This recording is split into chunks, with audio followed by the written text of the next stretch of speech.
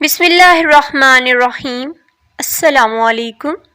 اردو جماعت پنجم، سبق نمبر 10، نظم ایک گائے اور بکری۔ مشقی سوالات 5 تا 10۔ سوال نمبر 5 ہے، نظم میں دیے ہوئے کرداروں کے بارے میں بات کریں۔ آپ کو کس کا کردار پسند آیا، وجہ بھی بتائیں۔ تو پیارے بچوں، نظم میں جو کردار دیے گئے ہیں وہ ہیں گائے اور بکری۔ پہلے میں گائے کے کردار پہ بات کروں گی۔ اس نظم میں جو گائے کا کردار ہے، بہت ہی ناشکری ایک گائے ہوتی ہے جو اپنی زندگی سے اتنی خوش نہیں ہوتی، جس کو انسان سے بہت گلے شکوے ہوتے ہیں۔ وہ انسان کے بارے میں گلے شکوے کرتی ہے۔ دوسرا کردار ہے بکری کا۔ بکری بہت ہی مثبت سوچ رکھتی ہے، پازیٹیو سوچ رکھتی ہے۔ جب وہ گائے کے منہ سے انسان کے بارے میں گلے سنتی ہے تو بہت ہی سمجھداری اور طریقے سے گائے کو سمجھاتی ہے کہ اگر ہم سے انسان کام لیتا ہے تو اس کے بدلے میں ہمیں آرام و سکون بھی دیتا ہے، ہمارے کھانے کا بندوبست کرتا ہے، یہ ٹھنڈی ٹھنڈی ہوائیں، یہ درخت، یہ چراگاہ، یہ سب انسان کی بدولت ہی ممکن ہے۔ تو اس طرح سے وہ گائے کی آنکھیں کھولتی ہے اور اس کو بتاتی ہے کہ ہمیں بلا وجہ کسی کی برائی نہیں کرنی چاہیے اور اللہ تعالیٰ کی دی ہوئی نعمتوں کا شکر ادا کرنا چاہیے۔ ہمیں ہر چیز کے دونوں پہلو دیکھنے چاہیے، مثبت بھی منفی بھی۔ پھر گائے کا کردار، پہلے تو جو میں نے آپ کو بتایا کہ وہ بڑی ہی ناشکری ہوتی ہے، لیکن اس کو بکری کی بات سمجھ میں آتی ہے اور اس کو بہت اچھی لگتی ہے اور اس پہ وہ کافی شرمندہ بھی ہوتی ہے۔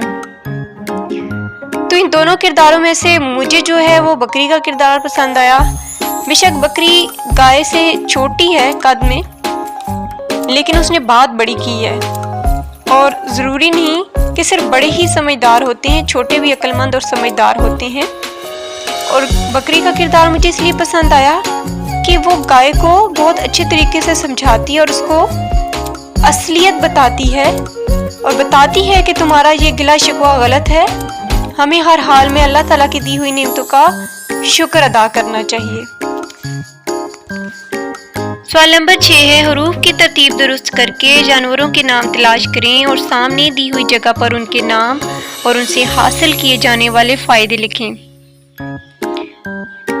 حروف ہیں لام، یہ، بے، بیل بنا۔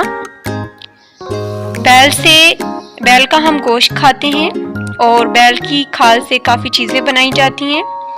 اس کے علاوہ کھیتی باڑی میں بھی بیل کا استعمال کیا جاتا ہے۔ پھر ہے بڑی، یہ، بھیڑے، بھیڑ کی جو کھال ہے یا بال جو ہے اس سے اون بنائی جاتی ہے، کپڑے تیار کیے جاتے ہیں، بھیڑ کا گوشت بھی کھایا جاتا ہے۔ پھر ہے گدھا۔ گدھا جو ہے وہ سواری کے لیے بھی استعمال ہوتا ہے، جسے گدھا گاڑی، سامان ایک جگہ سے دوسری جگہ اس کے اوپر لاد کر لے جایا جاتا ہے گاؤں میں اکثر۔ گدھے سے کھال حاصل کی جاتی ہے جس سے کافی چیزیں بنائی جاتی ہیں۔ اس کے بعد ہے گھوڑا۔ گھوڑا مقابلوں میں استعمال کیا جاتا ہے۔ اس کے علاوہ گھوڑے کے جو بال ہیں یا کھال ہیں اس سے کافی چیزیں بنائی جاتی ہیں، اور گھوڑے کو بطور سواری بھی استعمال کیا جاتا ہے۔ سوال نمبر 7 ہے، جملوں کے سامنے دیے ہوئے واحد الفاظ کی جمع بنا کر جملے مکمل کریں۔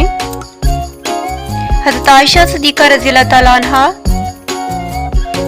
ڈیش کی ماں ہے، مومن لکھا ہوا ہے، مومن کی جمع ہوگا مومنین، تو اس خالی جگہ میں آپ مومنین لکھیں گے۔ میں نے ڈیش کو پانی پلایا، میں نے زائرین کو پانی پلایا۔ ہمیں ملکی ڈیش کی پابندی کرنی چاہیے، قانون ہے تو قانون کی جمع ہوگا قوانین، ہمیں ملکی قوانین کی پابندی کرنی چاہیے۔ لیڈر نے ریش سے خطاب کیا، حاضر لکھا ہوا ہے تو حاضر کی جمع ہوگا حاضرین،